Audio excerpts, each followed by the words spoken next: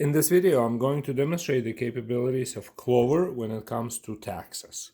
So to get started, I'm going to hit Setup, and I'm going to navigate to Taxes and Fees section, and I'm going to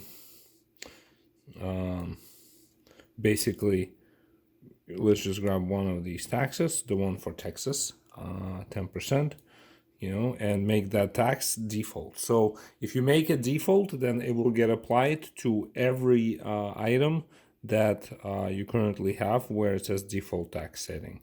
So now that this is in our new default, let me go to the inventory. Let me just navigate away from this item, for example. Let's go to breads. Let's just grab one of these and see how we have this one assigned for costume, right? So you can actually specify a very specific sales tax or a fee to an item. But let's just go ahead and choose default instead, right? So we have our default tax, and for us, there are two taxes that are currently turned on for default. So let's go back to setup and see. There they are. All right, so let's just get rid of one of them. So let's get rid of the Los Angeles one. Save.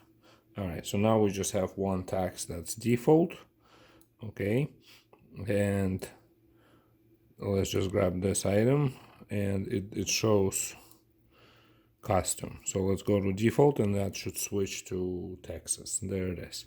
All right, and let's grab this item. It's on Texas. Let's grab this item. It's on Los Angeles. Default. Save. All right, so I think we got enough of those changed. So now let's go to register. We're gonna go to breads and grab this item, and there's our 10% tax for Texas being charged. Now we're going to go to pay and go ahead and pay this. So we can see sales tax name gets passed on the receipt, like so. And you can also, so again, you can have the settings in the setup as default.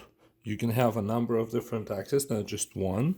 And then in the inventory, you can have all of your items either pointing to a default setting or having a very specific tax and fee, for your item.